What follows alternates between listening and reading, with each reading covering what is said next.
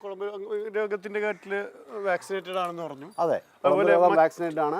പിന്നെ ഇപ്പോൾ ഇടയ്ക്ക് ഒരു കഴിഞ്ഞ വർഷമാണ് ഒരുപാട് കാലത്തിന് ശേഷം കേരളത്തിൽ മൊത്തം ആദ്യം നോർത്ത് ഇന്ത്യയിൽ ആയിരക്കണക്കിന് പശുക്കൾ മരിച്ചുപോയി. അത് കഴിഞ്ഞ് കേരളത്തിലും അതിൻ്റെ ഔട്ട് ബ്രേക്ക് ഉണ്ടായി. പക്ഷെ ഇവിടെ ഒരുപാട് മരണം സംഭവിച്ചില്ല.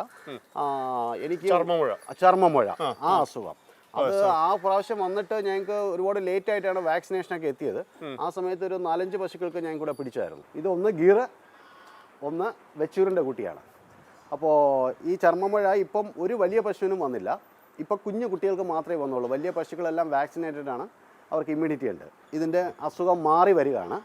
അസുഖം മാറി വന്ന് ഇനി ഒരാഴ്ചയോടെ കഴിയുമ്പോൾ എല്ലാ പാടും ഒക്കെ മാറും. ഇത് ഇപ്പം നല്ല അസുഖം കുറഞ്ഞു, ആഹാരമൊക്കെ കഴിച്ചു തുടങ്ങി, പാലൊക്കെ കുടിച്ചു തുടങ്ങി. പക്ഷേ ഇപ്പം കണ്ടില്ലേ, ഈ കുമിളകളൊക്കെ പൊട്ടിയിട്ടുണ്ട്. അതിന് ഞങ്ങൾ ഈ പറഞ്ഞ പോലെ എത്നോ വെറ്റിനറി മെഡിസിൻ്റെ എണ്ണ കാച്ചിയതാണ് ഇട്ട് കൊടുക്കുന്നത്. ഇതിലിപ്പം ഞങ്ങൾ വായിൽ കൊടുക്കുന്നത് വെറ്റിലയും ഒരു 10 വെറ്റില, പിന്നെ 10 കല്ലുപ്പ്, 10 പരല്, പിന്നെ 10 കുരുമുളക്. ഇത് ഞങ്ങൾ അരച്ച് ഇവരുടെ വായിൽ പേസ്റ്റാക്കി നാക്കി തേച്ച് കൊടുക്കും.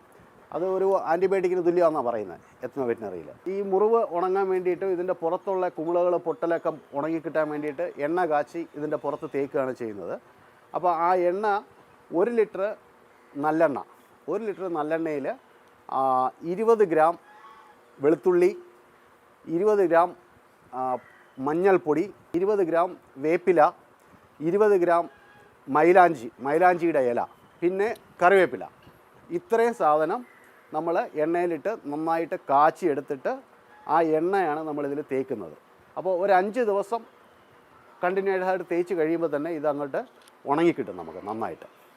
ഇതാണ് അതിൻ്റെ കൂട്ട്. 1 ലിറ്ററിന് 20 ഗ്രാം വീതം. അത് പുരട്ടുന്നത് ഗ്ലൗസ് ഇട്ട് സെപ്പറേറ്റ് ഒരാളെ മാത്രം കൊണ്ട് ഇത് പുരട്ടുക. ഇത് പുരട്ടി കഴിഞ്ഞിട്ട് പൊട്ടാസ്യം കലക്കിയ വെള്ളത്തിൽ കൈയും കാലും ഒക്കെ കഴുകിയിട്ട് വേണം ആ ആളെ പുറത്തോട്ട് എടുക്കാനായിട്ട്. ഇത് തീർത്തും ഐസൊലേഷൻ ഏരിയ ആണത്. അങ്ങനെ ചെയ്യാൻ പാടുള്ളൂ. ഇല്ല വേറെ പശുക്കളടുത്ത് പോയി തൊടാനേ പാടില്ല. എപ്പോഴും ഇവിടേക്ക് ആഹാരം കൊടുക്കുകയോ ഇവരുടെ അടുത്തോട്ട് ആരെങ്കിലും വന്നു കഴിഞ്ഞാൽ പുറത്തിറങ്ങിയാൽ പൊട്ടാസ്യം ഒഴിച്ച വെള്ളത്തിൽ കൈയും കാലും കഴുകിയിട്ടേ പുറത്തേക്ക് ഇറങ്ങാവൂ. അത് വളരെ ശ്രദ്ധിക്കുക. പിന്നെ ഇങ്ങനെ ഒരു ലക്ഷണം കണ്ടാൽ അപ്പം തന്നെ കുട്ടിയായാലും പശുവായാലും ആരായാലും വരെ ഐസൊലേറ്റ് ചെയ്യുക. ഒരു കാരണവശാലും കൂട്ടിൽ നിർത്തരുത്. പകരുന്ന അസുഖം തന്നെയാണ്.